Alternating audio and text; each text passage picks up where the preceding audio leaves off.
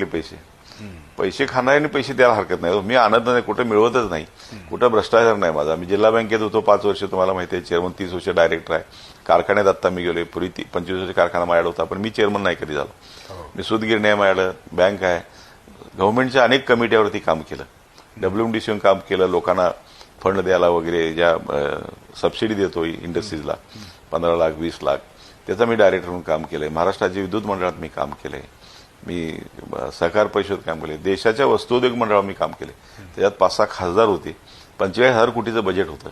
वस्त्रोद्योगाचा निर्णय काय घ्यावा त्याच्यावर सुद्धा मला त्या ठिकाणी घेतला, अनेक कमिट्या काम. पण कुठेही माझ्या राजकीय जीवनामध्ये भ्रष्टाचाराचा डाग नाही. एका हॉटेलमध्ये मी जेवण केले आणि एखाद्या लॉजिंगमध्ये राहिलोय, ह्याचं बिल माझ्या कुठल्या संस्था मी राजकारण सोडतो.